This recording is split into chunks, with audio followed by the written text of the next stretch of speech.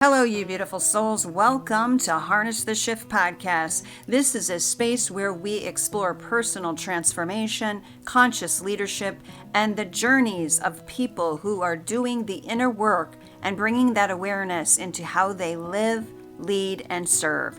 I am your host, Jay. All right, let's see who's joining us today. Welcome to Harness the Shift. I'm Jay, your host, and on today's episode, I'm talking with Marie Feuer, a former professor and health psychologist who now works with highly sensitive and energetic aware individuals through her works at Life Paths Healings. She offers private sessions, group work, and retreat-style experiences designed to support deep inner transformation, blending psychology with decades of mentor-based, non-commercial spiritual practice. You can learn more about her work at mariefeuer.org. So let's get into it.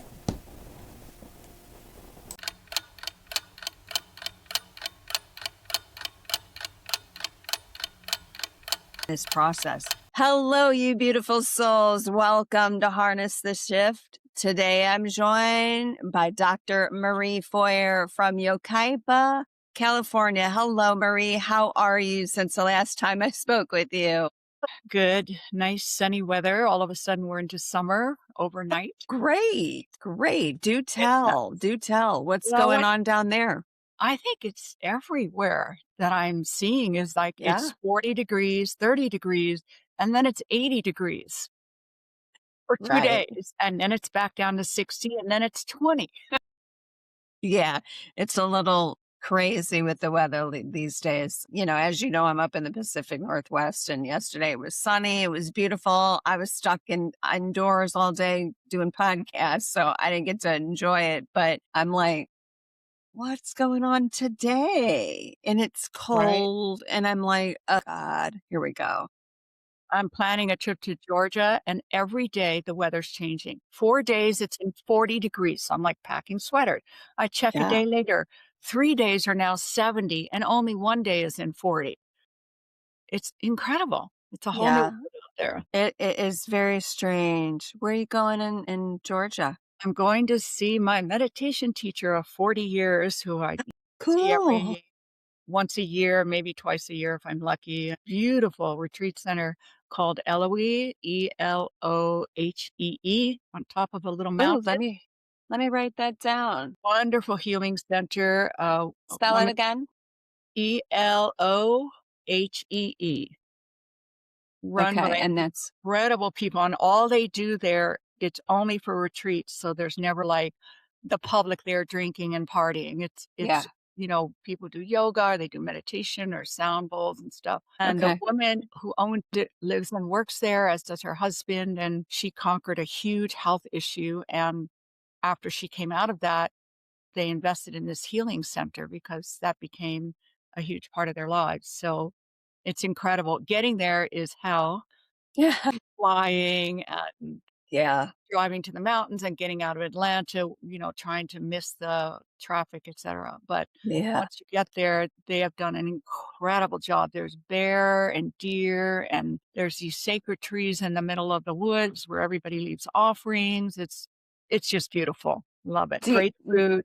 Where is it located? Do you know? It's called Sautee, Sautee, Georgia, and there's a second word after it, but it's a Native American This looks word. really pretty. I'm looking at it's like by itself. It is totally by itself in the I middle of nowhere. love that. They have a yurt? Yeah, Is they there a have yurt everything. there? They have Nice. outdoor hammocks, they have a tea room that you can go to 24/7 and drink tea and have little biscuits and meet up with other people if you don't wanna meet in your room. Incredible meditation space, they have meditation mats there, so you don't have to travel with Yeah. things, This and the is staff is incredible. All the cars are at the bottom of the mountain, and then they shuttle you up to the top, so there's no traffic up there. Can't say great. enough good about it, just love it. Yeah, so that looks like that's up near probably the end of the Appalachian Blue Ridge Mountains. So cool.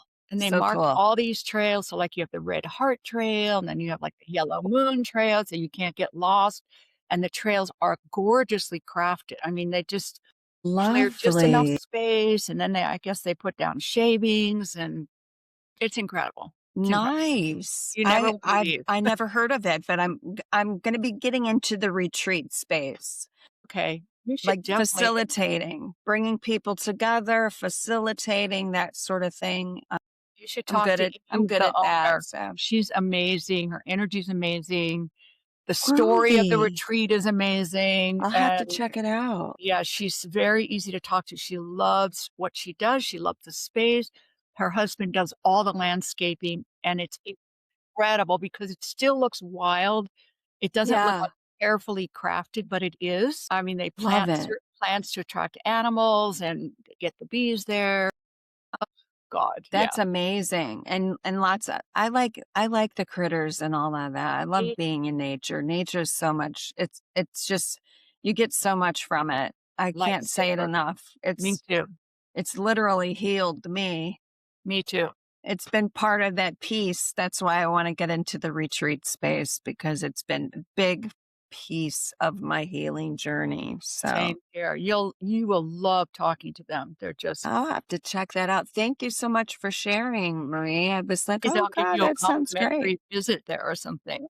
You never know. Yeah, because I think they now do something like weekend getaways for local people Oh, when they're not wow. solid. So maybe they will do that and you can, photograph the place and really give it a showcase because That's it's really interesting. special. Yeah. And so let me ask you this, do they allow, like, outside people to come and have retreats there? Oh, yeah. I mean, Okay. So you it's a rent the retreat space, center that you can choose. Okay. everybody who needs a place to go and are looking for a retreat center, and it's, full Good to service there. know. So they take care of everything, and you can have two people to a room, or you can have dormitory rooms with a bathroom down the hall. And they have shuttles to Nice. pick you up from your room with your luggage. If it's just every detail is taken care of, which is just amazing. Yeah, I love it. can't say enough I good love it. about It's good. It's good. It's it. good. It's Yeah, good. nice. So let's start with your early life. And I'm laughing because we were talking earlier, and I'm like, yeah, let's go there. We're Oh going my to talk a god. little bit about spiritual bypassing today and new age spirituality, and not to be confused with the esoteric teachings, but Right. all of that mess. Exactly. Good. So let's start with your early life and how did you begin doing the work that you're doing today, Marie?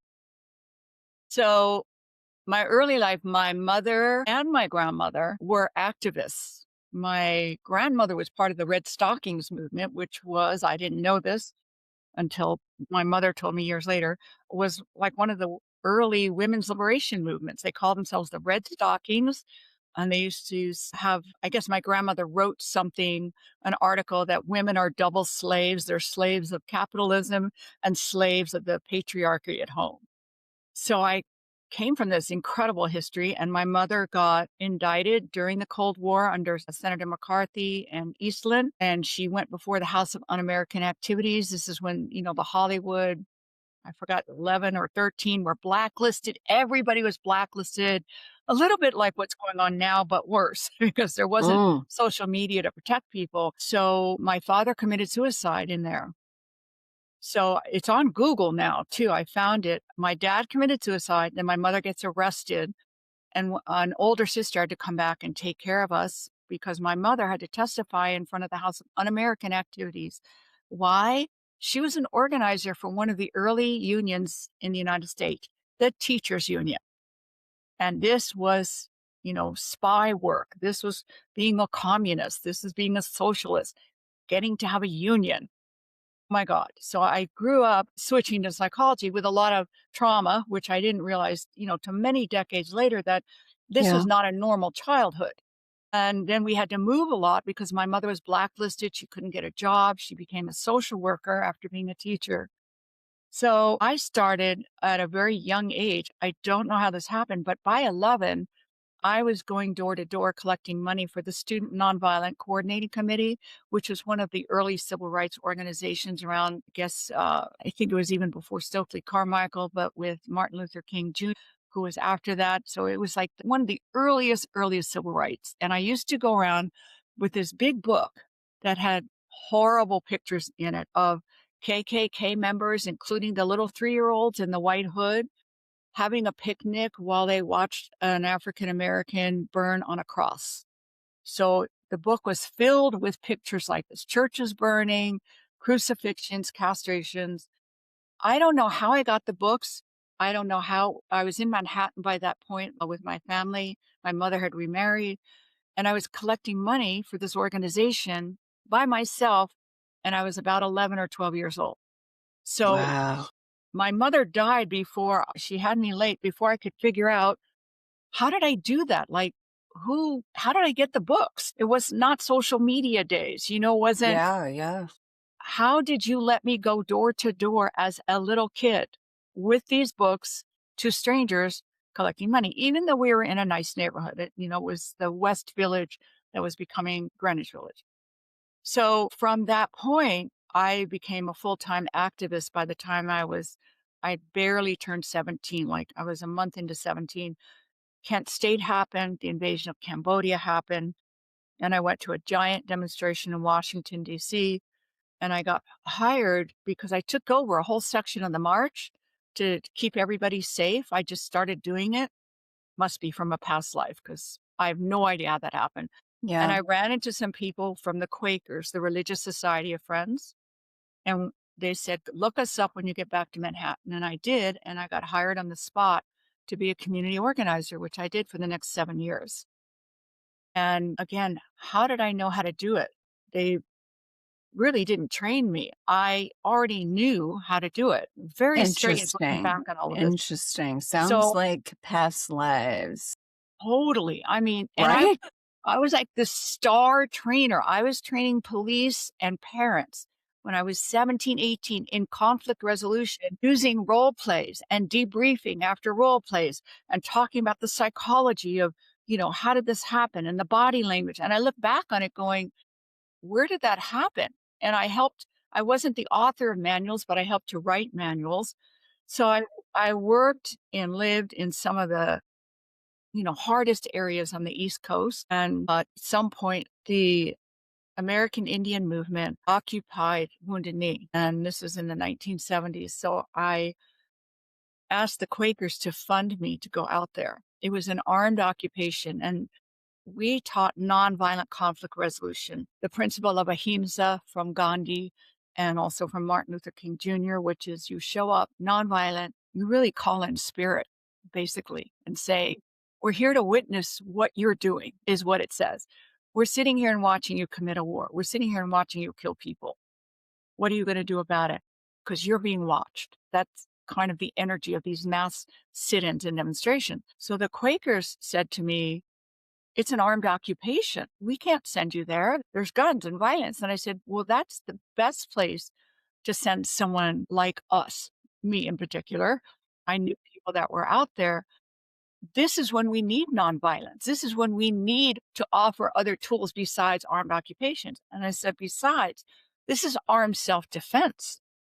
Native Americans showed up to hold a fair election, and overnight they were surrounded by the army and the military in general.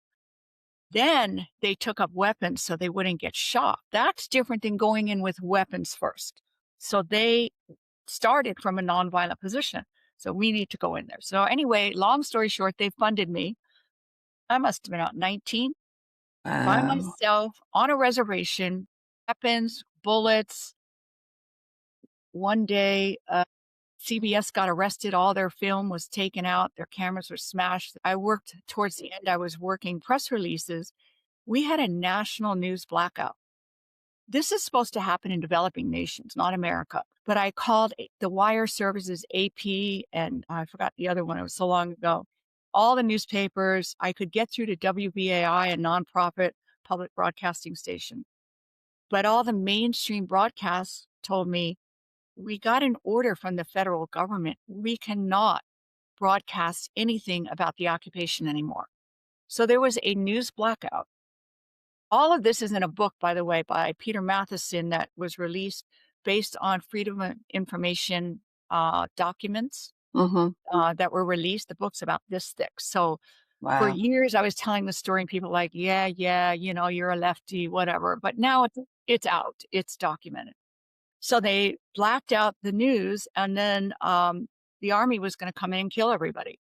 That's why they had a news blackout. That's how terrifying this was. It was so scary, and how I got through that as a young person by myself. There was no organization out there.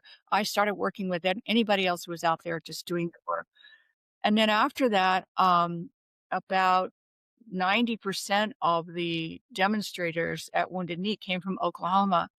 So I was asked to go to Oklahoma to continue to follow up with legal work because everybody was getting arrested on trumped up charges when they went home, which is what our government did.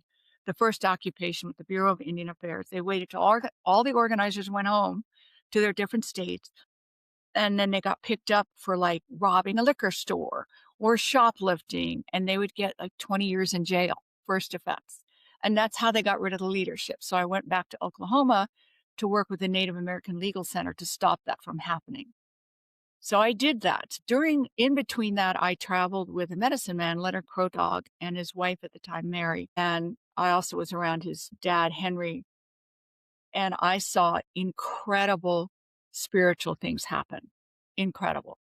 And that was the first time that I went from, I was raised by a very practical mother, an atheist, who said, your life is what you make it, and religion is the opiate of the masses, that kind of thing.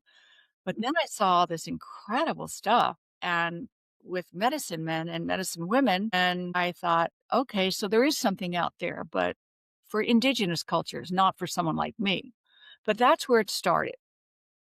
So in the late 70s, the entire left wing movement of the United States literally collapsed in a period of months. Almost, if not every organization, had been infiltrated by agents, federal agents, who were turning state's evidence, and everybody started getting paranoid. All the organizations broke up. I was working with another group at that point, and literally within months, my work as an organizer for peace and social justice ended like a guillotine. It didn't fade Mm. out. I didn't make a choice. It literally ended. The American Indian movement broke up. The Young Lords broke up. We heard about people around Martin Luther King Jr. starting rumors about his marriage and rumors about everything. And then we found out it was a government agent. So it was that period. And I was completely and utterly lost at that point because I had like 7 years of, being chased by the FBI and helping people get out of jail, watching people get assassinated there were at Wounded Knee after the occupation, documented 250 assassinations. Assassinations, not by white rednecks either, government agents. Freedom of Information Act documents verify this. Terrifying, absolutely terrifying. So I went from that world. And let me ask, because I like to research. So what's the name of the I D can't class? remember the title, but if you look up a Wounded Knee book by Peter Matheson, and it's Mathison, something like that. There's only one book like it. It's very thick reading, heavily documented. So it's Matheson. not easy reading. You're not going to breeze through a drama story. You're going to be watching the documents come out to prove every step of the way. And by the time it came out, nobody cared anymore. So that was very hard. So I ended up moving to Arizona with a boyfriend, and we broke up not too long after that. But I kept running into like psychics and spiritual people. And I was a little open to it now because of the medicine people I had met. And it was like I couldn't get away from it. I literally couldn't get away from stuff. So I learned to read tarot cards. I got this esoteric Egyptian deck, pen and ink drawings that for some reason I understood it immediately. Didn't have to read a book about it. And I kept getting these. I was starting to go into nursing school. I was thinking, well, maybe, that's my next step for helping the world. So I kept getting these readings that looked like I was going to die. So I asked around at nursing school and somebody said, oh, we know this nurse and she does tarot readings. So I went to her. I thought, what the heck? So she used a different deck. She does this card spread.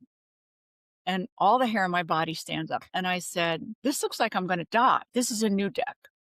And she said to me, "Well, if we just switch these two cards, I would say, yes, you were going to die a physical death. But the way it is now, you're going to die in every aspect but your physical body." And she said, "I don't even know what to make of this. I've never had a reading this intense." Wow.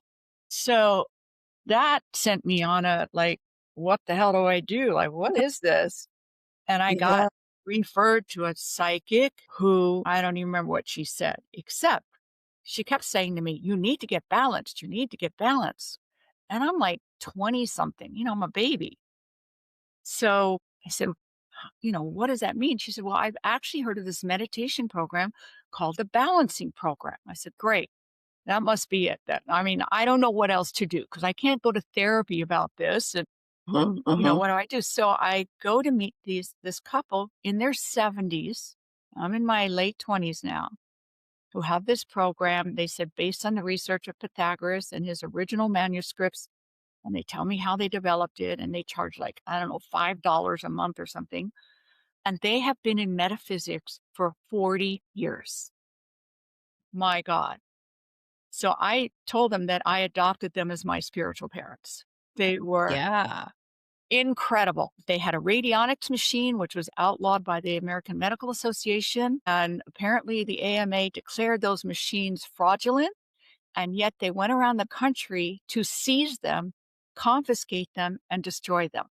So if they're fraudulent, why did the AMA grab them? Well, they're not fraudulent. They work. They're remote healing.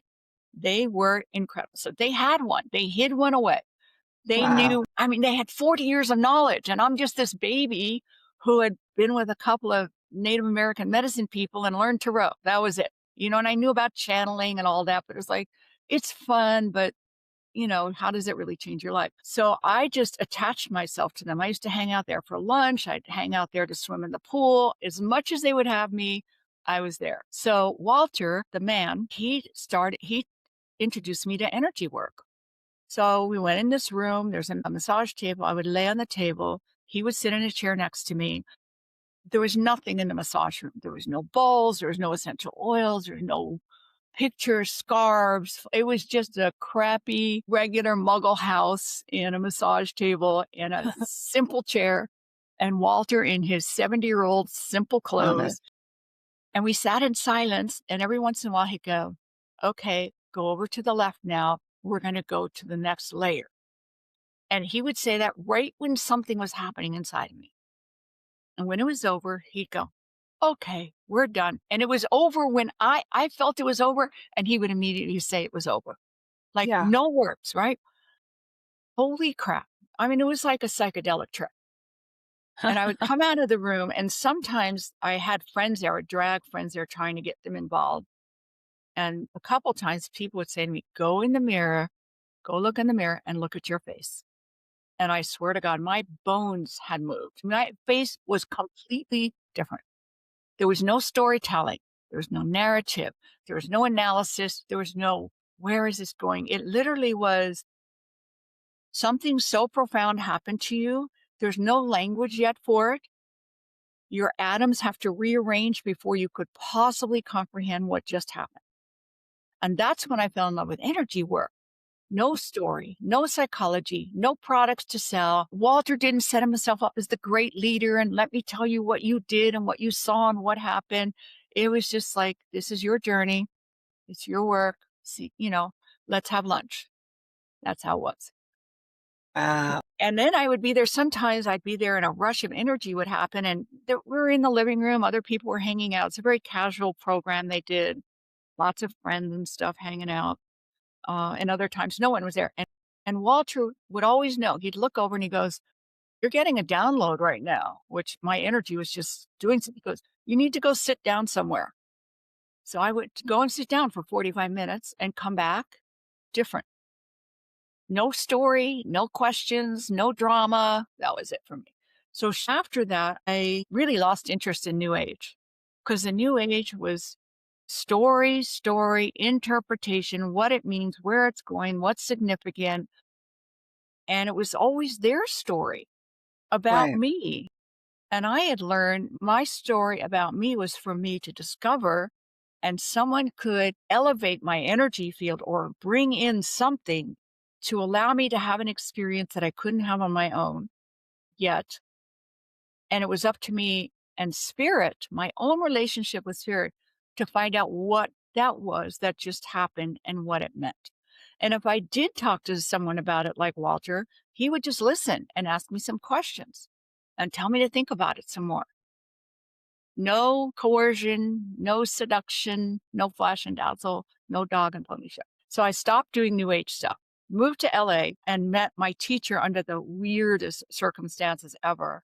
I was dragged to a lunch to meet the producer of this horrible show, for me, horrible, Entertainment Tonight. I don't know, which is, it was like meeting the stars, meeting the stars, meeting the stars. Like, it was just awful. And I got trapped in a car with my friend, and so I had to go. I said, I didn't wanna go. You manipulated this so we'd get stuck in traffic, so I'd have to go with you." And I did. So we meet this woman, and I can't get over her energy, Mm. and I hate the entertainment industry. So at one point, she turns to me, she goes, "Why are you staring at me?" I said, "You are in charge of, like, the most fluffy, gossipy show, and you have the energy of, like, a Chinese peasant. What is going on?" And everybody else is talking at the table. And she says to me real quiet, "You need to meet my teacher." And he meets on Tuesday night in this house on Barrington Street in Westwood. And because of who she was, I went to meet this teacher. By the way, I never saw her again. Never. Wow. I asked her why she was in the field. And she said, "I'm in one of the most powerful positions in Hollywood right now because everybody wants to be on my show.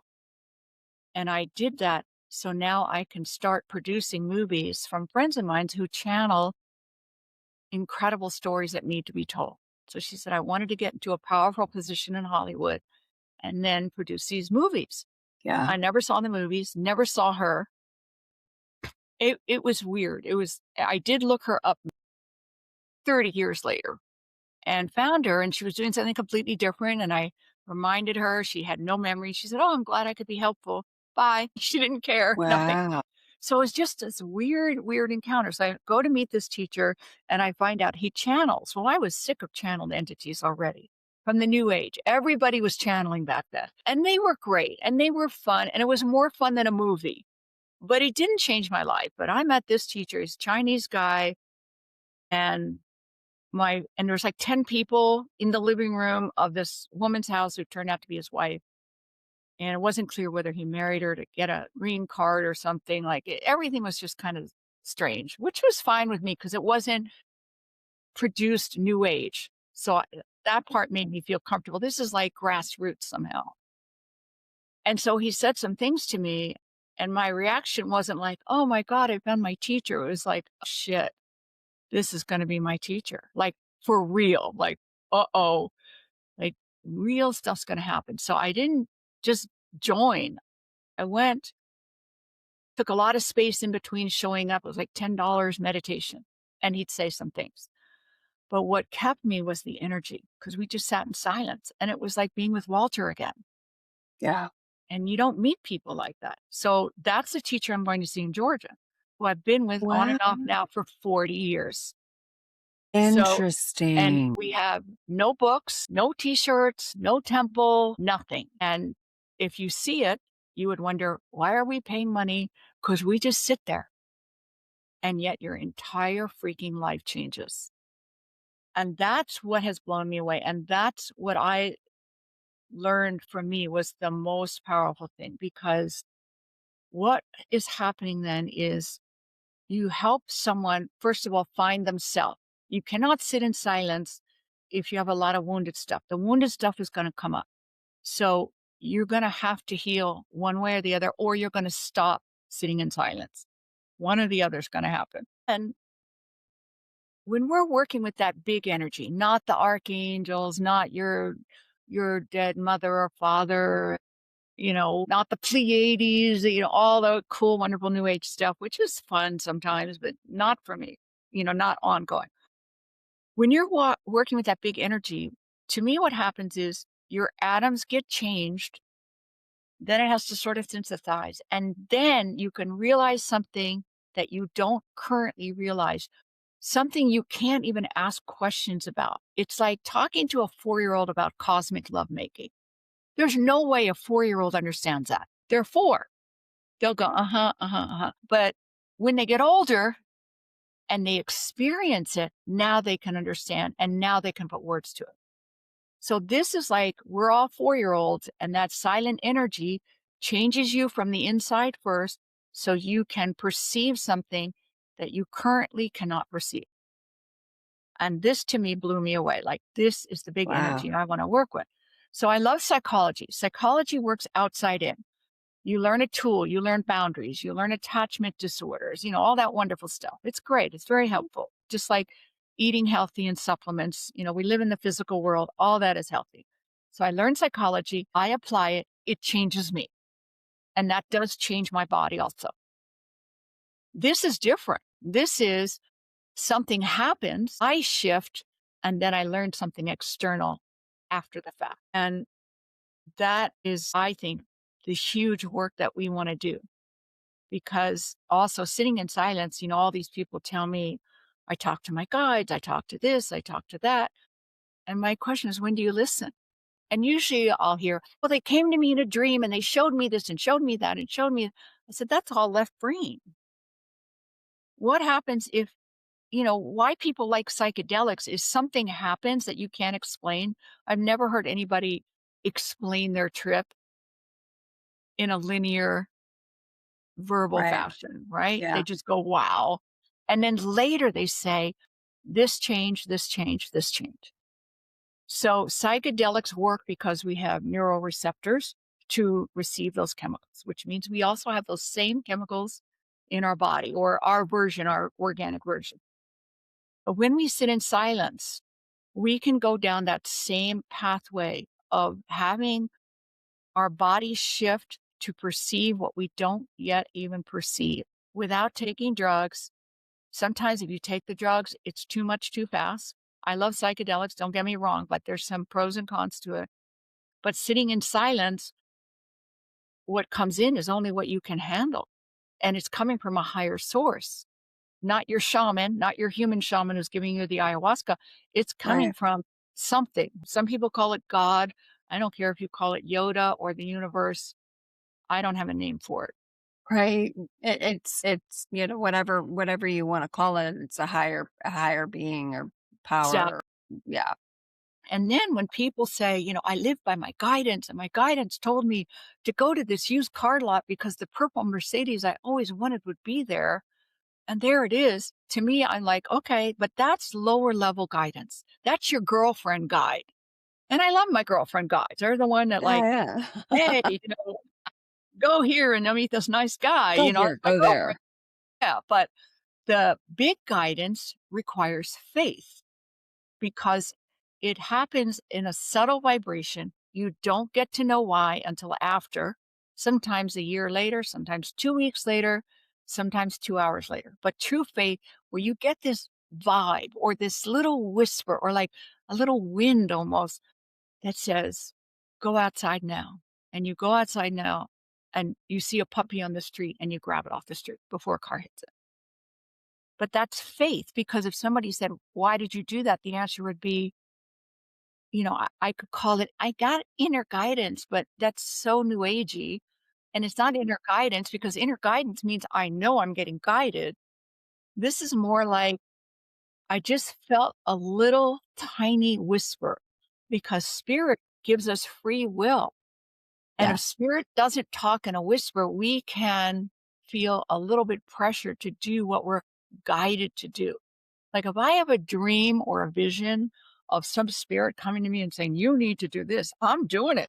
Yes, ma'am. Yes, sir. I Yeah. saw it. Whoa. But if it's a suggestion, a whisper, that means I have to be listening and I have to be willing to try it on faith and I have to be willing to see what's going to happen. There's no promise of what it is.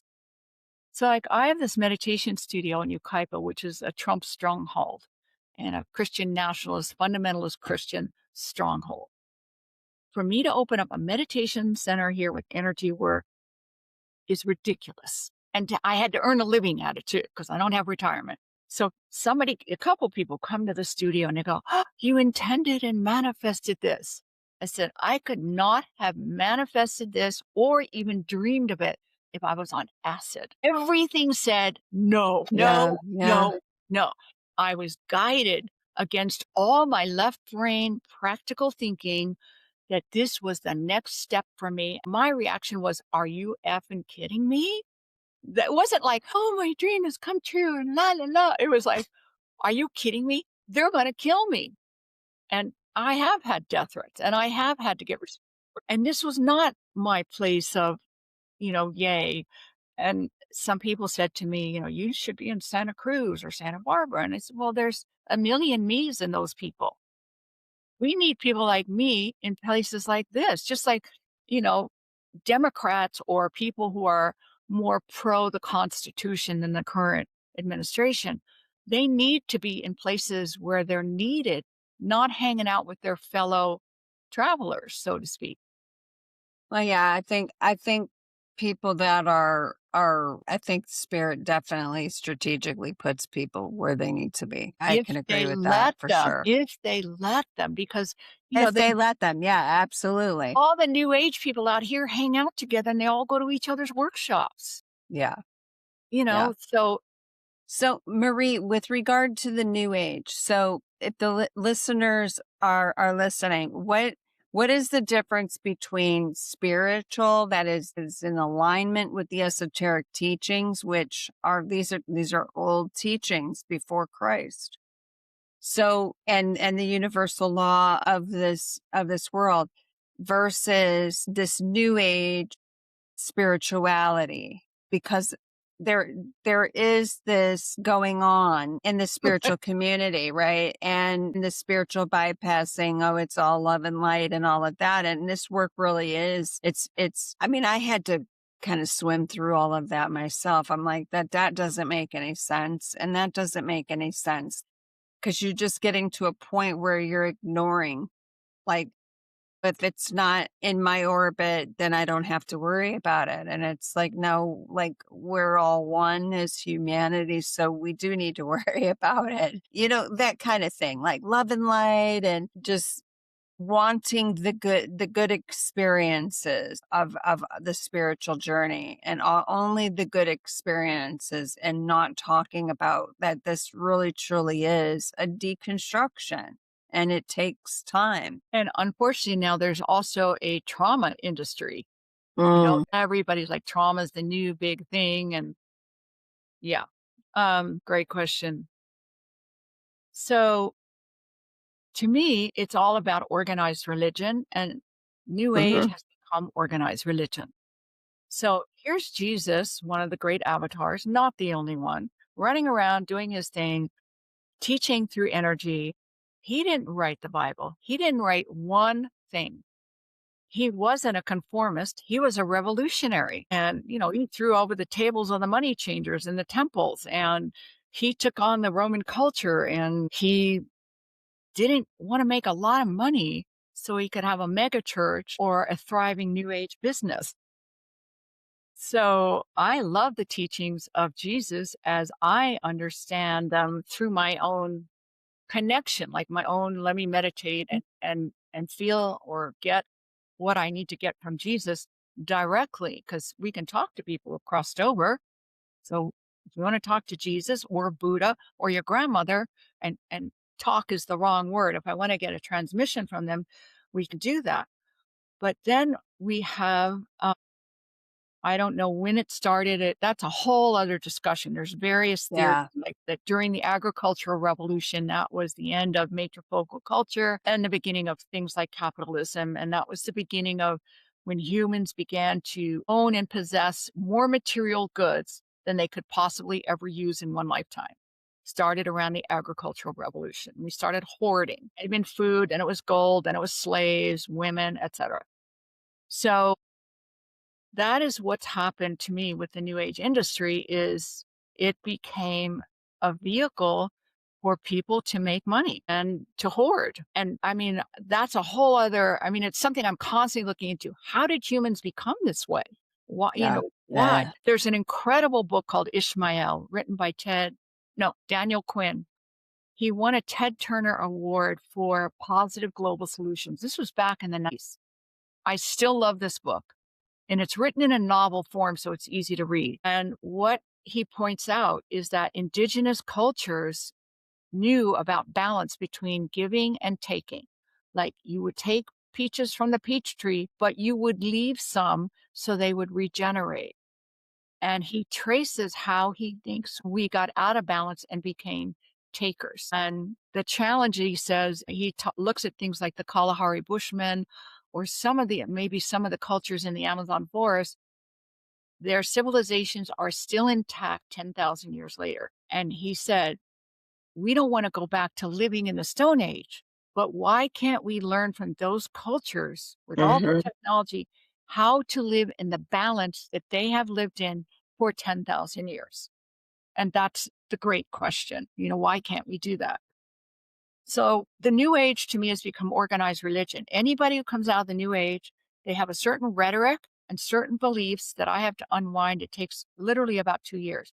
It's exactly the same as what I have to do with people coming out of Christianity, who literally will weep in front of me about something they have sinned about, which to me is not a sin at all. It was just a human part of Right. learning that you had to do. And so that's what really kind of made it solid for me. Organized religion, Christian nationalism, organized religion, New Age stuff. Yeah, definitely live in a time where we should be questioning any and all things Yes. because there's obvious evidence of programming and conditioning, and so we should be questioning everything. And money and greed. Like everybody Yes. wants to make money and not work. But Yes. we love to work. If you have work you love, if you're an artist, you work all the Yes. time. Yeah. I've done spiritual work for like 50 years now because I love it. I never thought I'd be a professional at it. It was just, that's what I do. People rescue animals. But when you get into it to make money so you don't have to work, and my question is, what do you do when you're not working? Well, let's see. We have obesity. We have Yep. chronic shopping. We have the highest rate of mental health issues than we've ever had because when you're not working, you don't know what to do with yourself because humans want to do stuff just like bees want to do stuff and deer Right. want to do stuff. Right. So one thing that really to point out is that spirituality, including religion and psychology, in my understanding, the brief research I've done, draw the most severely wounded people with mental health issues. A lot of people go into those fields to feel better rather than doing the work themselves. And for many of them, it's an unconscious choice. For my mother, she had so many wounds from her childhood. Absolutely became clear as she got older. And when I talked to my older sisters, there was incest, there was abandonment, there was alcoholism. But back then, you didn't talk about it. She was born in 1911. So she became a therapist instead of doing the self. And I have very few therapist friends, if any, because most of them I have found is that by making others feel better, it makes them feel better. Right. It's a better choice than being, say, an alcoholic or a pill addict. But it put me on red alert. If somebody says they're a pastor, a priest, a new agey leader of some kind, or a therapist of some kind, I back way off until I find out, have you actually done any goddamn work on yourself? Have you? And if so, I want to know. And how I know is I'll ask a question. You can I see love it. thinking. I love it. It's so true. Call it out, Marie. Call it out because They it's the start truth. thinking, like, I can see Yep. them thinking, "What the fuck do I say?" I immediately go, "That's a no." If you have to think about what to say about, have you worked on your codependency? Have you worked on your cocaine addiction? Are you aware that you're morbidly obese? And they're like, "What do I say? What do I say?" Me, I can answer right away because all I've done is work on myself. Right, right, I right. knew something was not okay. And I was more interested in that than all the Yeah. new agey and Yeah, power and magic. And that stuff is fun, but it doesn't make you feel better for more than a cocaine hit. It's cocaine. All that external stuff is cocaine. You buy a new car a month later, it's over. You have a new lover a month later, you've settled down. You've lost 20 pounds a year later. Now what? It doesn't last. But when you shift internally, it's forever. yeah. You may It's so wobble, what but yeah, Yeah, so what you're describing is this actual shift in your being because you're actually deconstructing everything that's you've gone through or whatever it may be. Takes effort and it takes surrender to the process. And I agree surrender, with you. Not many folks, not they're Westerners. not willing. No, They don't have faith in the process. And I'm speaking from my own experience. I mean, I was like, what is this? I don't want to do this. I don't want to do this. right? But I'm doing Right? it. The whole time you're like, I don't want to fucking do this, but you That's do. right. It's like, That's right. but yeah, it's interesting. This whole, I would find myself when I'm going through the journey and I'm deconstructing all of these things and I'm hearing, oh, it's all love and light. And I'm like, no, the fuck it isn't. And I get so tired. I would literally get angry and I'm like, why am I getting angry? And so I asked myself, okay, that question, why am I getting angry? And I think a lot of it was because if you're doing it right, it isn't fun. I think I get angry because it gets trivialized. A big time. It's not. And this is serious. It's serious stuff. Like it's serious stuff to peel all of that back and to question why do I have codependent relationships? Where's it coming from? Why do I have this in my life or that in my life or what is it about me, right? I don't know. And It's I an think the interesting hardest time. part, to me, there's two parts. There's discovery, which is deconstruction. Yeah. Then there's recovery. Yeah. And recovery is worse. People to think, oh, I'm better now. Somebody said something really great one time. I never forgot it. They said, when somebody goes to AA, they get all the support. Once they get sober, does anybody call them and say, how's sobriety? But you've never gone to work sober. You've never made love sober. You've never had to buy a car sober. You've never done it. And this is when people relapse. And this is the same to me for psychological evolution. Now I'm not a codependent 100% of the time. Now I catch it. But now I don't know how to set a boundary. And then when I do set a boundary, everybody gets upset with me. I don't know how to handle the blowback of that. Like I've never done the recovery. I don't have the neural pathways for it. I don't have the psychological tools. And I don't have any friends that go, wow, you're really fragile now because now you're doing new healthy stuff you've never done before. Yeah. And nobody talks about this. Like, okay, so you worked on your attachment disorder and trauma and you're using your tools. But I can't tell you how many people I work with people on and off for years, right? So like 10 years later. So somewhere around 3 or 5 years, somebody will come to me and say, I have this new job. I have this incredible boyfriend. Everything's going great. Why am I crying? Why am I so scared? Why am I constipated? Why am I breaking out? Why? And I said, because you're terrified.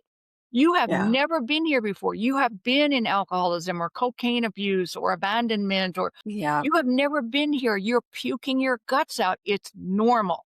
So I'm not minimizing it, but I'm saying now you need recovery skills. So deconstruction, now we need construction. And Right. nobody talks about it to normalize it that once you start getting really healthy, it's more scary than finding out that you were incested or that you actually are an alcoholic because that's still familiar neighborhood. Right. So when I Right. was in deconstruction before I got into recovery, and this was for codependency and adult children of alcoholics, I loved that program. And I used to describe it like when I got into recovery, I'd look back at deconstruction, and for a long time, it was like I was changing apartments in hell. So I thought I was getting better because I said, well, I was on the first floor of hell, but now I've got a penthouse in hell, right? I've got a view of the flames. And I was like, this is progress, which it was. It was progress. But then one day I moved to Beverly Hills and I'm like, what the fuck? So in hell, I had a pit bull with me, my coping mechanism with a, choke collar with the stud. So now me and the pit bull were in Beverly Hills where everybody has chihuahuas and poodles.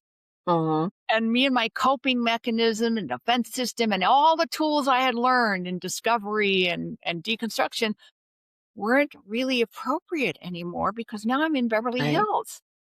It took me a Yeah. couple of years. Hey, Speaking of pit bulls, I'm glad it was your dog, not mine. hold on a second. It's fine. I'm just glad it was your dog. Mine usually do that. And it's like I tell him, I'm like, hey, Lou, I'm recording. And he's Right. like, and I love dogs, so don't worry. he did this yesterday too. So it's like, I don't even get upset anymore You because know it's what, like, though? he's I like things like this because it means the podcast is not AI produced. It's exactly, it's like real. low production Come here. value because it's real. Yep. Come here. What does Archie look like? Let's Come see. here. Let me show you to Marie. Come on. Come on up here. Archie. Get up here. Get up here, you little brat. Oh, it's so cute. What is He's he? my little, Is he's he my a dog? buddy. Is He's he a my best. dachshund? He is a I have a dachshund. Chiweenie. Oh my God. I just thought dachshunds were the funniest looking dogs and they have the best personality. God, he's Oh, gorgeous. he's a trip, this one. His name Beautiful. is Archie Lou, and he's a piebald dachshund, and we called him Archie because, see, look at all that. It looks freckly. They are such a great Bossy. breed. I was so shocked to find out what a great breed they are. He's super protective. Yep. Yep. Hence, he barks at every noise. Yep. And he already knows who it is. It's funny. Get him down. Okay. Let's not bark anymore, okay? Take it easy. I did teach my dogs no barking. It works Yeah. most of the time, but no barking. No I gotta treat. barking. Yeah. Quiet time. Or teach them it's Amazon. Yeah, it's Amazon. Quiet time. It's what I say to him. Like, it's quiet time. So chill out, buddy. But yeah, so as we were, sorry about So that. the recovery skills are completely different than Yeah. deconstruction, right? Yeah. And it's hard to find support for that because you can't go to a therapist or a new age person and say everything's great and I'm having a meltdown because they're like, what's wrong with you? Or they don't have any skills for you to learn how to learn new things, Right. which is what you have to do. I love what you said about surrender too, because Yeah. it is not a Western concept. And we surrender to energy, not to humans, not to your No. cult leader, not to your pastor. Nope. No. And what to me, a low level of surrender, which I still do sometimes, is resignation. I am not graceful about growth and I'm still growing. So sometimes my surrender is fuck it. All right, whatever. That's as good as it's going to get. But at least there's something, like it isn't this grand, beautiful, peaceful.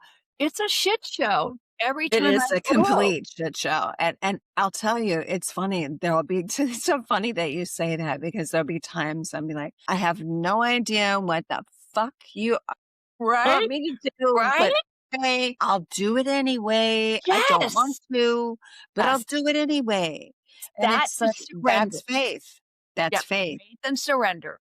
I also add to that thank you, not gratitude. Yes. Because I don't feel fucking gratitude.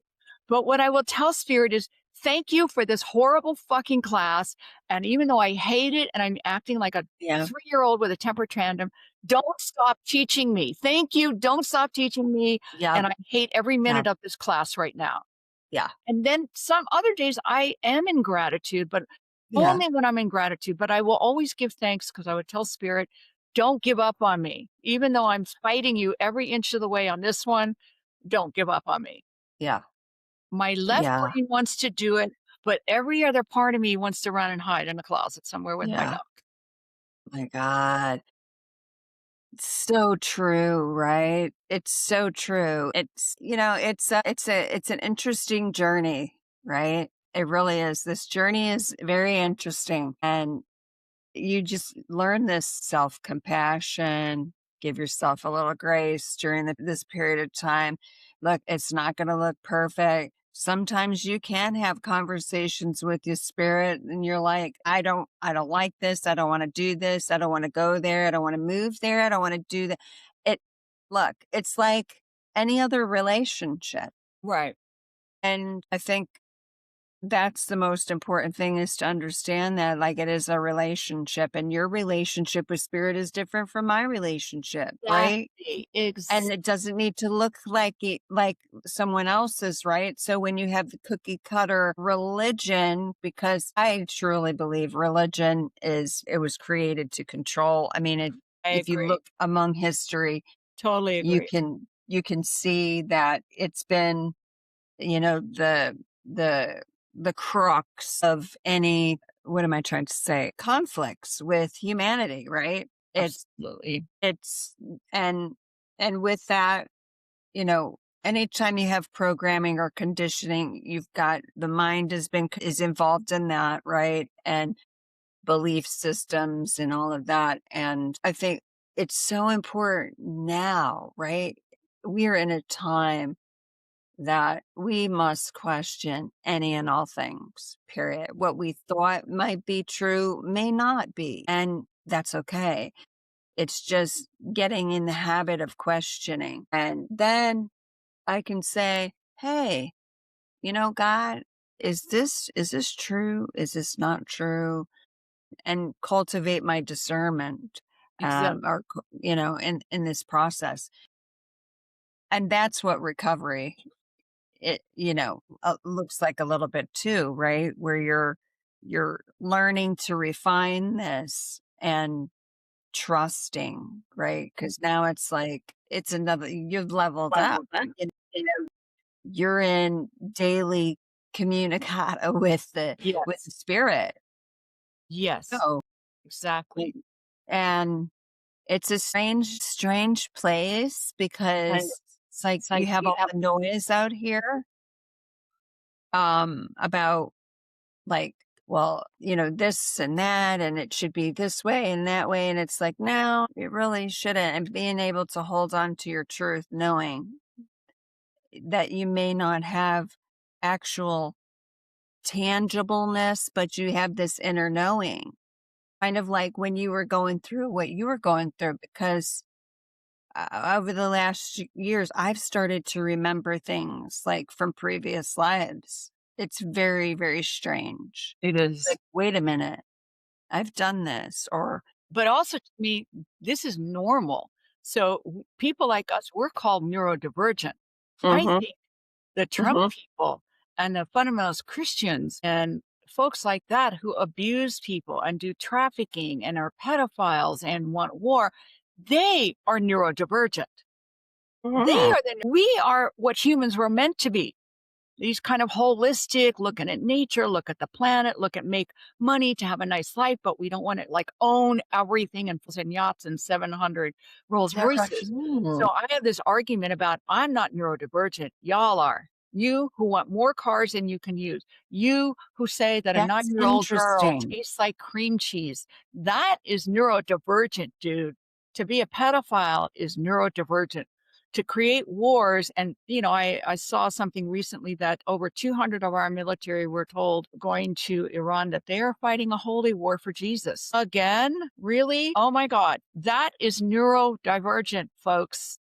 It's ridiculous. So the other thing I would say, Yeah, I don't describe that's this an as, interesting concept. I think I may yeah, have to, I'm gonna parking lot that, because yeah, I'm arguing that. I tell we've been everybody told don't. that it's the other way around, It right? That is. we're the neurodivergent, and you're right. Why are we, if we're waking up? Why would we be Exactly. divergent? We are not raping and pillaging everything around us. We are not owning more than we can possibly own. We are not going out for control. We are open to looking at how people are and what they're doing and where they're at and what do we do with all of that information. And if you're around any indigenous cultures, that's how humans were and Yeah, still are in many yeah. respects. And this split off into the mega billionaires that are trying to slice up the world for more profit than they can possibly use in one lifetime, that there's something wrong with them. Mhm. And I'm very careful also about calling this a journey because a journey implies there's a final destination.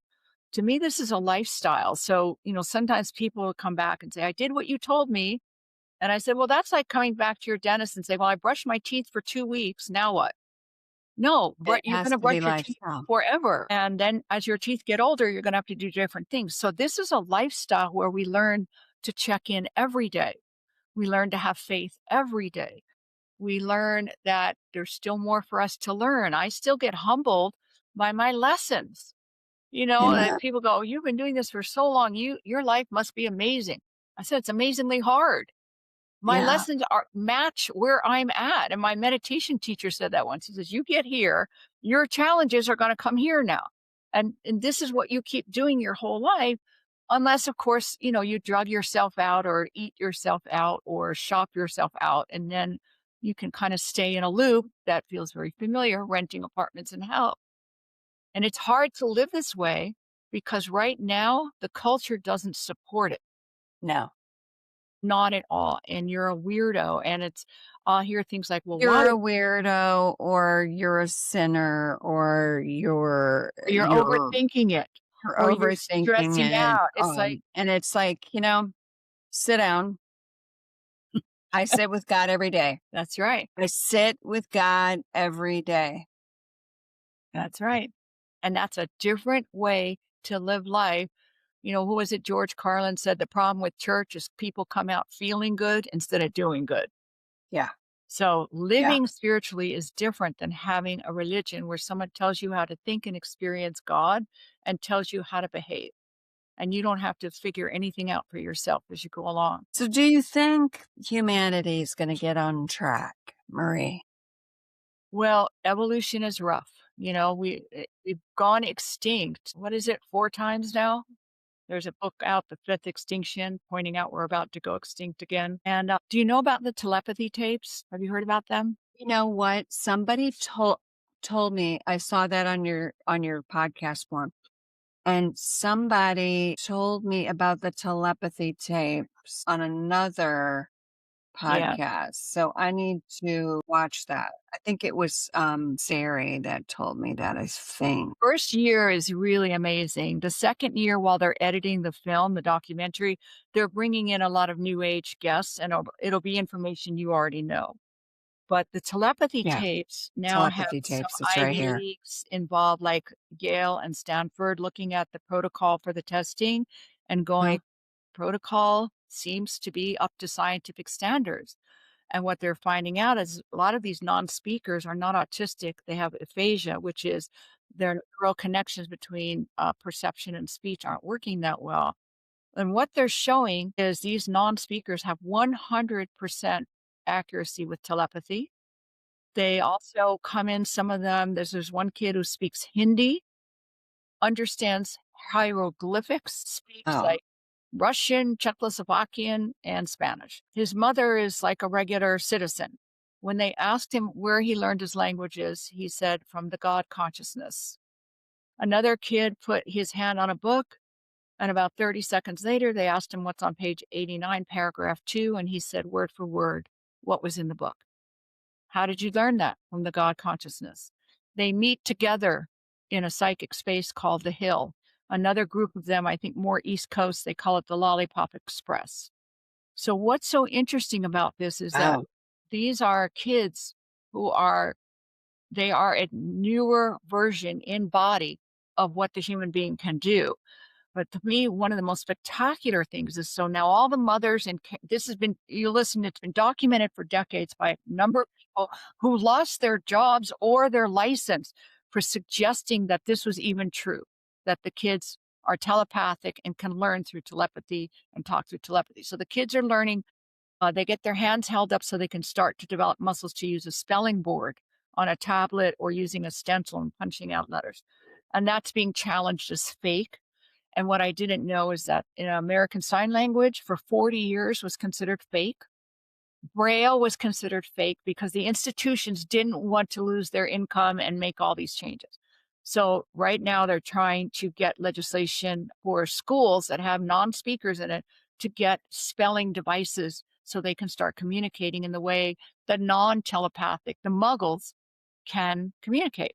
But here's what's the most interesting is towards the end of the year, messages started coming out to the mothers, not so much the caregivers, because the caregivers have been trained, but the kids are telling their mothers, empathy is not the big thing. It's like learning how to use your cell phone. It's just a communication device. What we need you to understand is when you communicate this way, we feel everything. We feel your secrets. We know your secrets. We know your nervous system isn't regulated. And this is why we can't stand being around you sometimes. So some of the telepathic kids will not work with their parents because their parents are so dysregulated. The kids don't want to touch that energy field. That's the most important message, not so much Wow. that, oh, telepathy exists. We know it. The Pentagon Yeah. had Oh, a remote yeah. viewing program. It's that the kids are saying, unless you've got your shit together, touching you telepathically is like going into a sewer. Mm, Wow. Maybe wow. now, if we start developing this kind of telepathy, and a lot of the mothers now are learning on Facebook groups, and my son holds up a card, and I know what card it is. Again, that's like learning your cell phone. What the kids know is that when I talk to you telepathically, I don't just get the words and the thoughts. I get the memories, I get the physical sensations, I get the vibes, I get your guides, I feel your past lives, I get the whole package. So you can't just learn telepathy, you have to learn the whole package. Please start taking care of yourself. Stop denying your trauma. Stop hiding your depression. Stop putting on, fake positive vibes because it makes us ill. Wow. And the Wow. protocols they're doing for these experiments are off the charts. And why I love them so much is because it's giving, I can come out of the closet more. Because right now people go, oh, you have a PhD in psychology, you're a professor, great. And then they hear psychic or healer and they're like, oh, you're one of those. Telepathy Woo tapes, woo. yeah, It's you're like, woo come on, woo. man. You And don't think that the telepathy spirit tape, put people on earth that have these gifts? it's not Come on. legitimized yet, but the telepathy tapes is a foot in the door saying we've Yeah. got some science proving this stuff. Because if I tell people what the Pentagon had the remote viewing program, they go, yeah, yeah, whatever. They discontinued it probably because it wasn't very good, which is not the case at all. No, they don't discontinue anything.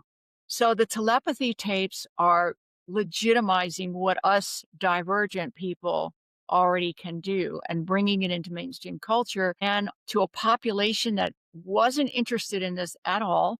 It's not connected to the new age at all, has nothing to do with new age. It's pure science and it's pure semantics. Like, how do we get the kids to spell so we can understand them? They understand us.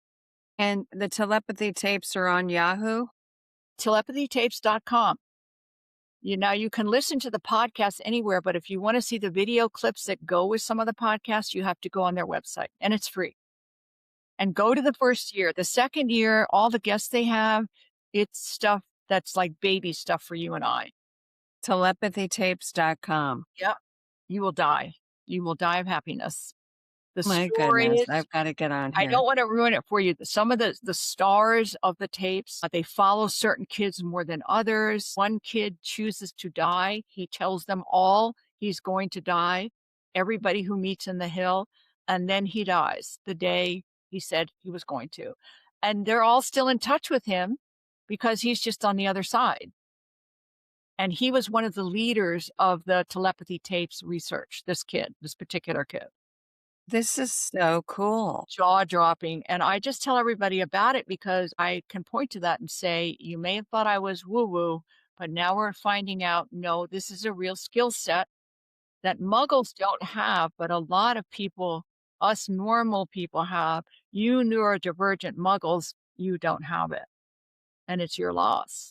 And you can't just get it. You can't just get Now you have telepathy to do the and work. be a cocaine addict. You can't do telepathy and be a hoarder because it all shows up. There's no hiding with this stuff. Yeah. Yeah. And Great. that's what's interesting, right? Is that there is, It if you're is. really doing the work, there is no hiding. Like That's right. you're going You to can't face bullshit. the shadow. period. And if you're doing it right, if And you're you doing know it that right, you're not, oh, everybody it's all love and light. when you're No. hanging around with that community, you know that everybody sees your stuff. So, what's the point of lying? So, people, when they come to meditation with me, we sit in silence. That's where most of it happens. But I'll also say things like, "Why is your daughter so angry with you this week?" And people who are used to me are used to those questions. They're like, but in the beginning, they go, "How do you know that? Like, how did you know that?" Because when I'm sitting with you in the energy field, I know everything about you. You can't hide when you're sitting in energy. You can't show up like, "I'm okay and everything's fine. I just want to talk about my job." It's like, no, your job's not the issue. It's your daughter right now. We need to talk about that. Now, the people who stay with me love that. New agey people leave shortly thereafter because their facade gets blown. I don't mean to blow it, but I'm not going to talk to you about bullshit. I'm going to talk to you about what shows up in your energy field. And if it shows up that you're about to divorce your husband or he's cheating on you, but you're still running your sexual workshops and pretending everything's okay, I'm going to bring that up because that's what spirit kind of gives me to bring up. Yeah. So people either love doing this kind of work with me or they fucking hate it. There's nothing in the middle because it's There's not no in entertainment. between, baby. Yeah, it isn't. It's either is or it isn't. And it's pretty, pretty simple that way. And I don't mean to be like somebody once said to me, "Oh, you outed me or you busted me." I said, "Well, if you look at what I'm doing as that, you shouldn't be here." Because that has a thing of like holding you and catching you, and I'm going to catch you and hold you accountable. No, you need to hold yourself accountable. All I'm doing is asking the questions that rise to the surface when I sit with you in silence. And if you consider that outing you, then you shouldn't be here because that's not the vibe of what's going on here. I'm not trying to prove anything, make you feel bad, reveal something that you don't want revealed. You came here to wake up, and I'm going to follow whatever goes on inside of me, sitting in silence, and ask you questions about things that really, really matter, not the things you want to talk about necessarily. Yeah. People don't really want to talk about the dark stuff, you know? Well, sometimes they do if they're peddling a victim. Sometimes people get stuck in the victim thing. So to me, it's always about balance. Like there's a victim section when you first wake up. Yes, I was raped, incest, abandoned, traumatized. You are a victim and you have to allow yourself to feel the pain. Myself, Yes. I bullied myself through all of that. Like, it wasn't so bad. It wasn't so bad. Dad, suicide, mother arrested, moving every Yeah. two. It wasn't so bad. Terror in the house all the time because the government's coming to get us. And then I had to allow myself to feel like a victim. That's one part. Then we go into survivor, and then we go past that into recovery, is how I see it. So there's stages. So sometimes we get caught in the victim because you get a lot of attention and support. Yeah. Yeah. And sometimes you bypass the victim because you're taught to be brave, which is what I was taught. Just be brave. Yeah. So That was one thing too. And the thing about being victim, like sometimes we are victimized. exactly. Sometimes we go through things. It's not staying in that mindset. Mhm. It's processing that and then letting that shit go because it But doesn't serve also, you. you can be a survivor. I was doing really well. And then I got Yeah. victimized by a cult person, a cult Yeah. agent who tried to bring me down. It was terrifying. And I was a Mm. victim. And I remember saying to my brother at one point, who was like a down to earth lawyer person who totally tolerates who I am. He's like, "I don't get you, but it's working. So it's okay."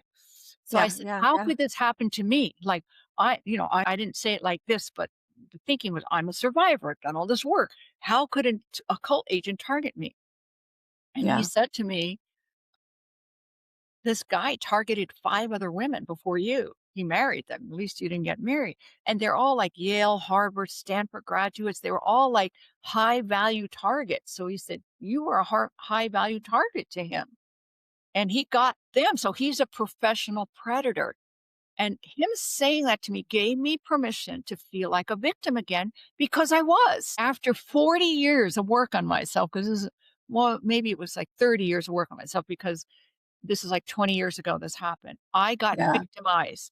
And so a lot of new agey people get very arrogant, like, I am a higher being now, so therefore bad shit doesn't happen to me. Well, bad shit does happen to you.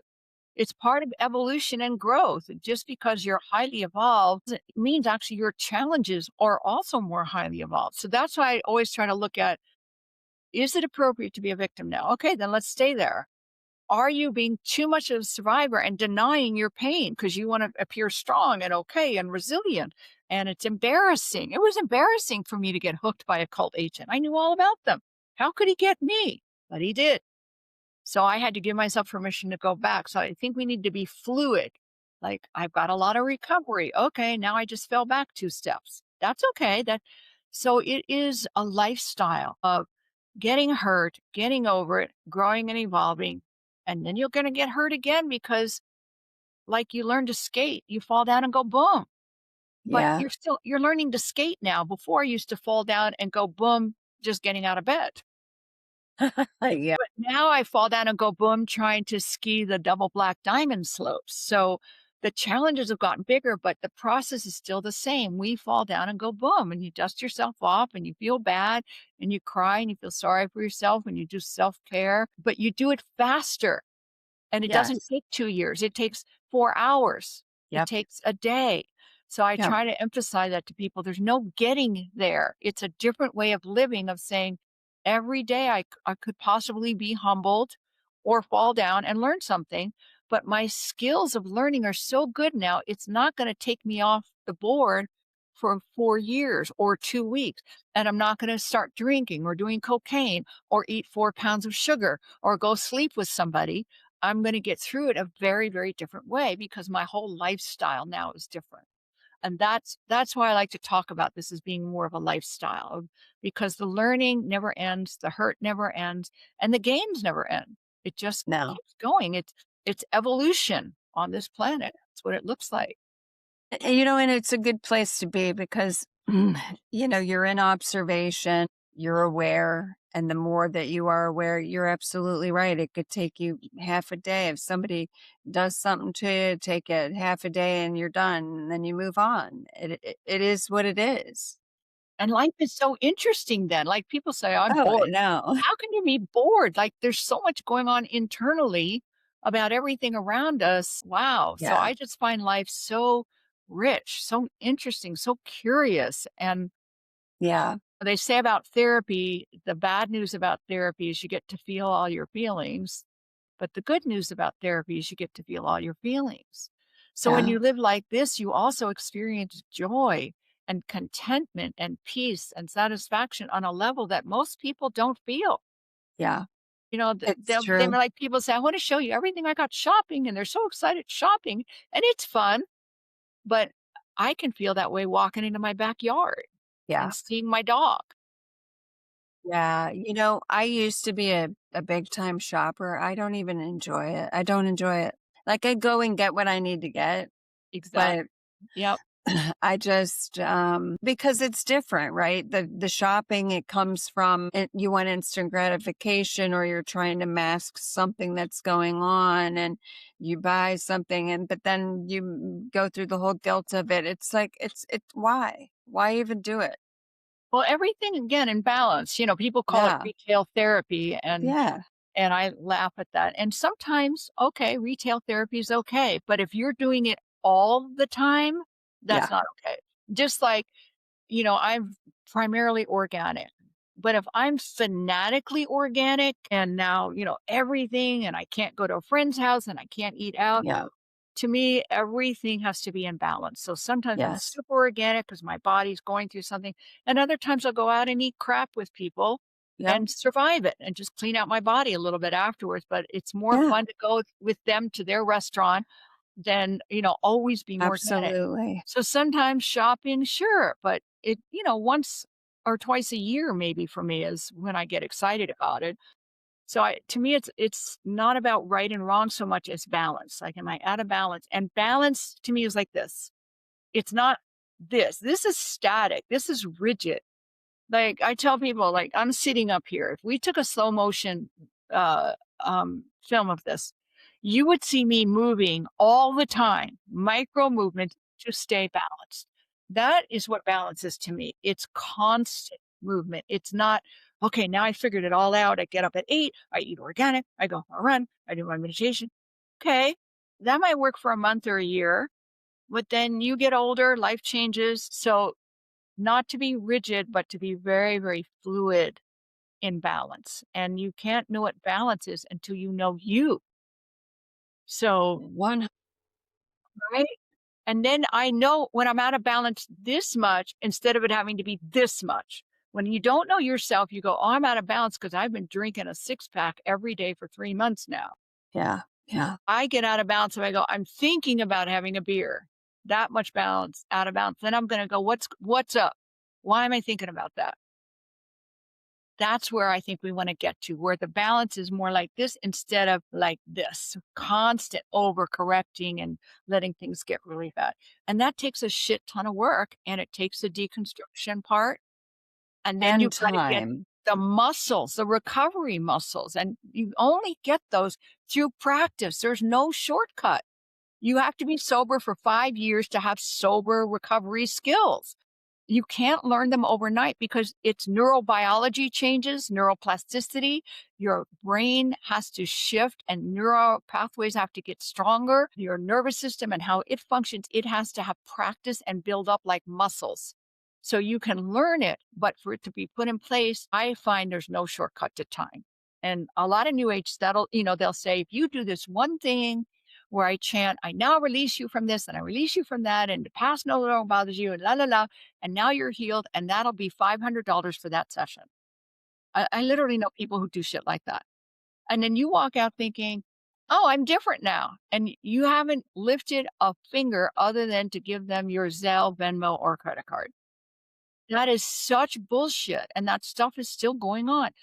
We are in physical body, folks. End of story. And another thing I love about the telepathy tapes is look at the price these kids have to pay to get Yeah. through to humanity. They had to come in with these horrible physical dysfunctions in order to finally get the attention of the muggles to say, by the way, there's a whole other part of us that you don't know about. Because if they had come in as normal kids, none of this would have Hmm. happened. So all this It's very interesting, isn't it? it's fascinating to me. And Super fascinating. I can't wait to start watching these. I'm I so will warn excited. you, once you start, it's very hard to put them down. Like, I would listen to 3 episodes at a time, and then "Oh my god, I have to clean the house, feed the dogs," Yeah. get to Yeah. work. Well, thanks for the heads up but I love stuff like that. So I'm so excited about that. And I had another non-professionals, person that told me about the telepathy tapes. So the film should be coming out sometime this year, so I can't wait for it to come out. yeah. So, Yeah. yeah. Whew. There's another I don't have you ever heard of the gateway process, the CIAD class on it's called the gateway process, It down. and it talks about human consciousness and that we live in a holographic world. Yeah. A lot of Trump people believe that stuff too, though, so I'm a little wary about checking that out. Let me send it to you. I think I have it. I wanna check that out, though. I listen to all that stuff. All the do you know, have you heard of Louis Elizondo? Louis Elizondo. No. So, he was in the United States government. He was like the 4th person in line who could push the button for nuclear war. Okay, that's how high up he was. He then was in charge of UFO alien information inside the government. He got Mm, so pissed off at the government hiding the information that he quit the government, and he has published a book, and he is now putting forth every piece of information he can from the Information Act and not get arrested by the Pentagon. And one of the things that this is so interesting to me because here's the telepathy tapes coming out, and Louis and some other people also saying that they have been in contact with. Lewis says there's at least 4 alien races that they know about. They have biological wow. material. They have ships. And what he said is one of the reasons 9/11 happened is that all the intelligence agencies had bits of information, but Huh. because they compete, they wouldn't share information. And that's how 9/11 was able to slip through. I'm simplifying it. He said the Yeah. same thing is happening with aliens. There's about 7 organizations, federal organizations, Department of Justice, Department of Defense, Interior. I don't even know the names of them. And they all know stuff and they're refusing to talk to each other. And he said, the aliens are here, the extraterrestrials are here, but we don't know why. And because we're not talking to each other, we can't try to figure out why they're here and make a plan. Some of them seem to be here to be friends, but some of them seem to be here for natural resources, and some of them might be here for maybe profit. So he is on this campaign to publicize as much as possible about, I think it's called the Intergalactic Federation. And of course, to me, there's always been extraterrestrials, but a part of me is like, I can't do anything about it. So I'm just going to. Yeah, that's one thing that I'm like, okay, cool. That sounds Right. cool. Maria, I'm gonna send this to you right now so I don't Okay. forget. So, it's called the Gateway Process. And if you get on YouTube, there's a guy on YouTube that talks about it too, and I can't remember what his name is. I want to say it's maybe Andrew. I might be wrong on that. But it's the gateway process. I'll put YouTube. I'll say search YouTube. But yeah, You should it's listen to Luis Elizondo.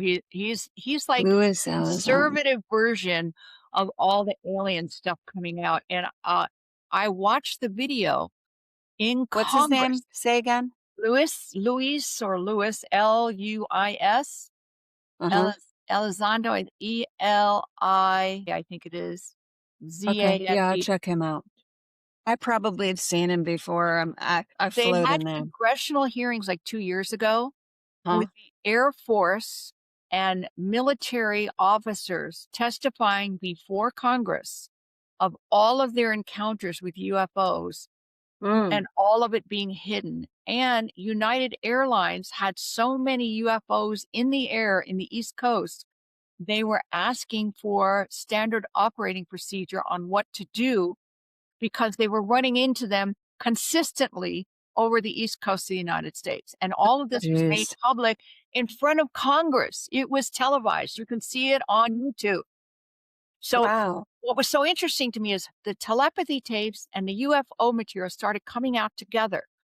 So I thought maybe there's finally going to be a break in evolution. Like maybe we are going to go somewhere different than just the empire crumbling, which is also happening. Yeah. But Yeah. maybe, this new type of person is showing up publicly. And now Mm-hmm. all this UFO stuff is becoming very verifiable instead of just, people in tinfoil hats. Yeah. Yeah. Very interesting material. I don't have much to do with the UFO community just because it isn't in my life. It could show up any day, somebody Yeah. lands in my yard or something, but I just do pay attention to it because I also pay attention to science. Like neuropsychology is on the top of psychology right now.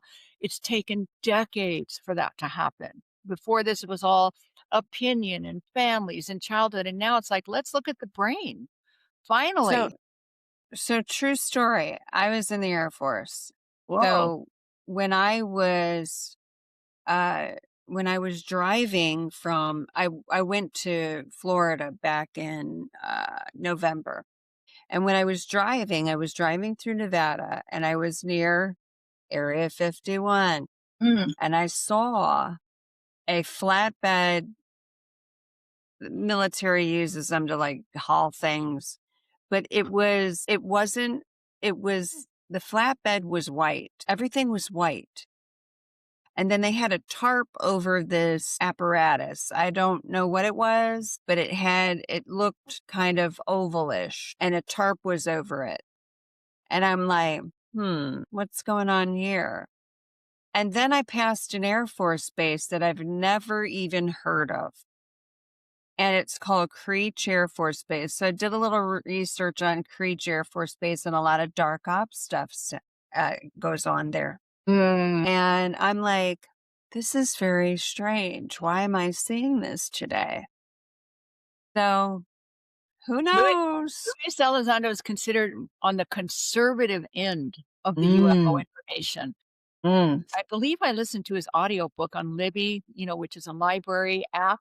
If you have a library, yeah. and I've listened to a couple of his podcasts, and then I listened to some other podcasts, and they say he's not even telling us everything, and he can't because he had to Probably sign not. an agreement with the Pentagon Yeah. for, not disclosure. NDA or something. And he's moved apparently to Wyoming where he has I drone don't blame him. surveillance, razor wire. Yeah, because he's Yeah. afraid he will be assassinated. Yeah. He even said that, Yeah. like, he doesn't Yeah. trust the Pentagon. But yeah, Yeah. I just think I take the telepathy tapes and the UFO stuff as hopeful signs of where we're Hmm. going Yeah. while we're watching the empire crumble.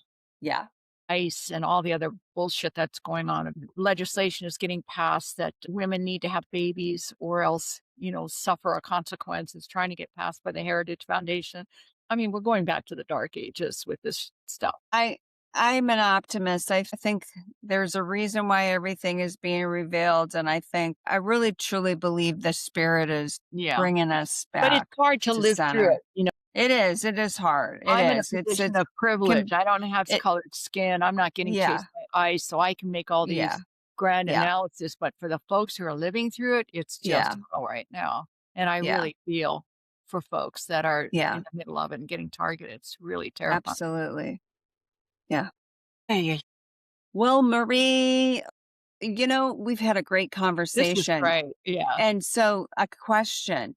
So, if people resonated with you and they want to know more about your work, how can they find you? Could you share all of that information? Yes. So, first of all, I offer a free 30-minute session so you can talk to me Great. on Zoom, see if you like me, see if we get along. I'm not for everybody. I'm really straightforward. I'm highly educated. I'm grounded and I'm massively woo woo. So some people love that and some are like, yeah, too much. So it's drmarie.org, drmarie, marie.org. And you can schedule there. My phone number is everywhere. My email's everywhere. So you can also just contact me. I'm never going to be big. Perfect. I do not sell a methodology. I hate methodologies. Like it worked for you doesn't mean it's going to work for everybody. And you may learn something from a methodology, but you're gonna have to tweak it and make it yours. So I know I've been doing this work for like 50 years now. I know a lot of things. So my idea is to be a local medicine person, like user friendly. I don't need to make a lot of money. I don't want to be famous. I don't want to be an influencer. I was thrust into this work publicly, done it more as a secret agent. My whole life, I had different jobs. I worked with gang kids, or at one point, I was folding laundry in a hospital. I picked up horse manure for a living. And everywhere I go, there's like 5% of the people around me go, "Who are you really?" And that's the space. And then we talk about energy and we'll do healing work and readings and stuff. And so I believe in creating more secret agents. I'm not interested if you're Yeah. coming to me to get magical powers and become a new age professional, don't bother calling me because that's like, does every beautiful person want to become a model? No. You're Yeah. just beautiful and it may Yeah. or may not help you in different situations. So just because you're talented, gifted, you have a purpose, a mission, do not think you're going to come to me and I'm going to help you be a pro because that's just not happening. I am much more interested that you continue to be a janitor, a mother, a father in law, and you learn to be psychic, telepathic, energy worker, and you make a living a different way. Or maybe I was forced in becoming a professional. It was the hardest thing I ever did, but I'm more interested in having woke, really woke, talented, psychically talented citizens spread like salt throughout the universe. That's going to help humanity change. And that's going to help people. When I was a secret agent, I helped people who would never come to see me now. Plus, I charge more money than I ever charged when I was a secret agent. I don't really care if you paid me or not. I mean, I would charge just to make it Yeah. more legitimate, but I had a salary. I didn't need to charge it. So if you're interested in sort of spreading the wealth of who you are in your life and then trusting the spirit will take you where you need to go. And if you're going to stay a garbage man and be a helper and a secret agent, you're going to be a garbage man helper. But if you're ambitious, don't come see me. I work on Zoom. Yeah, I had this one woman, she almost like hit me because she wanted to know her gift and her talent. And I said, well, what if what God wants for you? What does God want me to do? What if God wants you to be a janitor? She almost punched me out. She was so angry. So, what if God wants you to be a janitor? What's wrong with that? Jesus was like a beggar. So was Right. Buddha. Right. I mean, So, it and I just have in-person group once a week for people who really want to practice meditation. I used to have online groups for that, or people we'd meet online and just mostly that silent work, and they faded away. I don't know if they'll come back or not. I also do life path readings, which is helpful, but that's not the big work. That's like looking at the right. menu, right? Right. So I can tell you why you came here, what you came here to learn, primarily you as a soul came here to learn, and what the path is. So it's kind of like this, what is it? The Sierra Club telling you if you hike the Appalachian Trail, here's where it's really steep, here's where it levels off, great view. So I can tell you your path. But the work is not the path. The work is how do you handle the path? And I do not believe in intending and manifesting. I think that's a bunch of new age bullshit. It's Christian bullshit too. Ties to the church and your business will flourish. To me, I believe that we created our entire life before we got here. We were with a ball of light with the other balls of light that are our Yeah. guides. And we said, I want to come down here and I want to be poor. Then I want to earn a lot of money. And then I want to lose all that money and get cancer. That's going to be like really interesting journey. I want to do that. I want to try it. So once we get here, that's what you're going to do. Now, are you going to do it drunk? Are you going to do it mean? Are you going to do it as a cocaine addict? That's what we have free will about once we're here. Our free will about the big life, we already decided that before we got here. If you decide to be a doctor, you will be a doctor here. I've done readings for too many years to see this any different. And Hmm. I was raised an atheist, so I wasn't raised in any belief system connected with spirituality. But if you're going to be a doctor, you will be a doctor. Now, will you be a doctor that rips off the welfare system? A cocaine doctor, a prescription med getting bought off our big pharma doctor, or will you be Doctor Without Borders? That is up to you. So every path to me has a high end and a low end and lots in the Yeah. middle. That is Lots the in the work of middle. a lifetime. Are you hanging out in the low end? But if you go to the high end and your high end is being a garbage man, you're going to be the best garbage man ever, but you're not going to be a new age healer. That's not in your chart. It's just not going to happen. Yeah. You have a period of it. So that's very Eastern. That's very Eastern approach Hmm. to stuff. It is not New Age. It's also very metaphysical. So if you're New Age, you're going to hate that. So don't come see me. That's how you believe. So, question, if someone wants to do the life path, what is that process? Is that an hour or It's does it usually an take longer than hour. that? Yeah, Okay. it's usually an hour. Sometimes it can run over if somebody's really complicated. And I would say, remember, that's the menu. You haven't eaten the meal yet. It's just going to give you information. Now, readings are very helpful. When I first learned to do readings, I was in a horrible time period. I called it the reverse Midas touch. Everything I touched turned to crap. And I was like, what's wrong with me? And then I had just started to learn to do readings, and I can do good readings for myself because I've told spirit I will never use the readings to dodge the work. So my readings are pretty damn accurate. So I was in the middle of this really rough karmic period and I had 5 more years to go. And it was such a relief. It's like, oh, there's nothing wrong with me. The trail just got really, really, really hard. And since I now knew that, I stopped blaming myself and I made my life very, very small until that 5 years was over and it got immediately better. So readings can save your life. If I tell someone, you're not making money for the next 6 years, so calm down, you're going to be learning, or you are going to make a shit ton of money. But then 5 years from now, you're not. So you better save it. Stop spending like you're spending. Yeah. So readings can be very, very helpful. Like if I'm hiking a trail, I do want to know which parts are hard, elevation 100%. climb, is there water, is there shade? That's very helpful. But if that's all you're finding out and you're not doing your inner work, it's only slightly helpful. But I do love life path readings. I also do like emergency readings, like, my mother's dying, what should I do? Or my cat is not doing well. So I don't mind doing that. I've gotten emergency readings. You get so scared no matter how much work you've done and you're hurting and you have anxiety. I do straight out psychic readings. I've worked on psychic hotlines. That's painful because And that you said your website is Dr. Marie. .org is linked to it'll take you to mariefeuer.org. But I had that before I had my PhD, I had that website, but nobody can remember my last name. So I bought the domain drmarie.org. So you'll click on that and it will take you to mariefeuer.org. But Dr. Marie is easier to remember for everybody. Yeah, yeah. A lot easier. And some people do monthly work with me. These are people who are pretty much already on a path, already living the lifestyle, that they need like a check-in. So if you work with me on a monthly basis, we have a once a week check-in.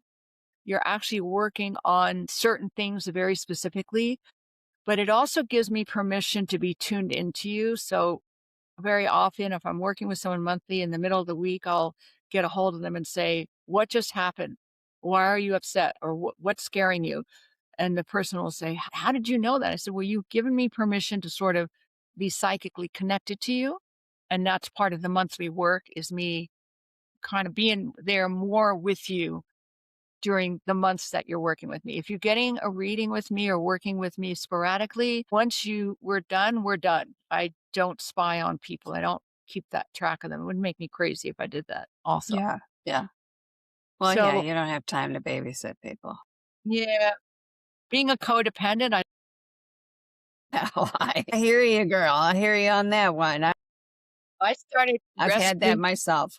I rescue wildlife. I have a Yeah. license with Fish and Wildlife to take care of my codependent needs. Like I need to rescue and help things. So it's going to be animals because they don't torture me as much as people do.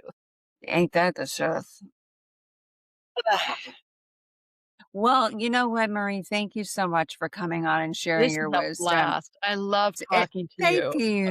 my Thank gosh. you. I have thoroughly enjoyed this, and you've like given me so much. Like I'm like I love when I get wisdom and I can write down. I Good. have my little notepad here and I'm always writing stuff down. That's the second person that's told me about the telepathy tapes, so I'm going to watch it.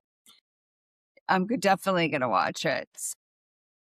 So thank you so much for taking the time to come on, and we'll be in touch. Stay in touch. Yeah, you're a blast. Absolutely. Absolutely. Take care of I yourselves. And do. hey, everybody, that's a wrap.